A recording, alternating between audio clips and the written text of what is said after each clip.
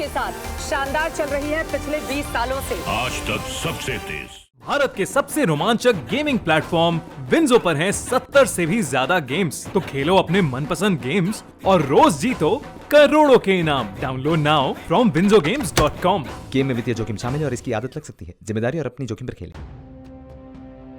होली के मौके पर भी महाराष्ट्र की सियासत में हलचल तेज है।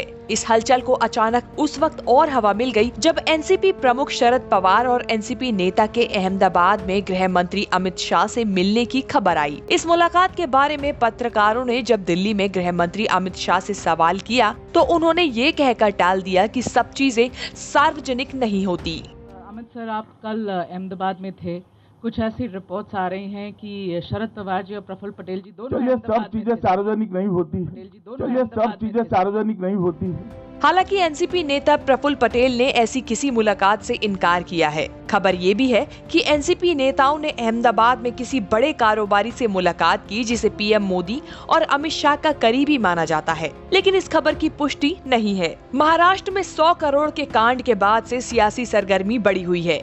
पूर्व पुलिस कमिश्नर परमबीर सिंह ने सीएम को एक चिट्ठी लिखी थी जिसमें आरोप लगाया था कि गृह मंत्री देशमुख ने पुलिस वाले सचिन वाजे से हर महीने 100 करोड़ रुपए की वसूली करने को कहा था। इस चिट्ठी के बाद शिवसेना और एनसीपी में अंदर खाने में रार छिड़ी हुई है।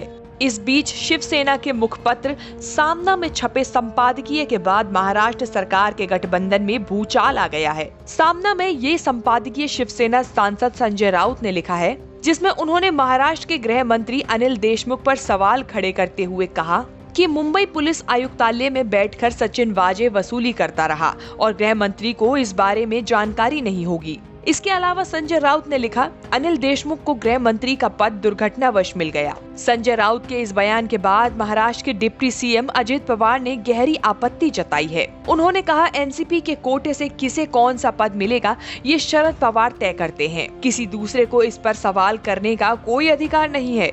मुकेश अंबानी के घर एंटीलिया के बाहर विस्फोटक मिलने के बाद से महाराष्ट्र में सड़क से सियासत तक हलचल है। अब आगे ये देखने वाली बात होगी कि इस घमासान का अंजाम किस मोड़ तक पहुंचता है। न्यूज़ तक ब्यूरो।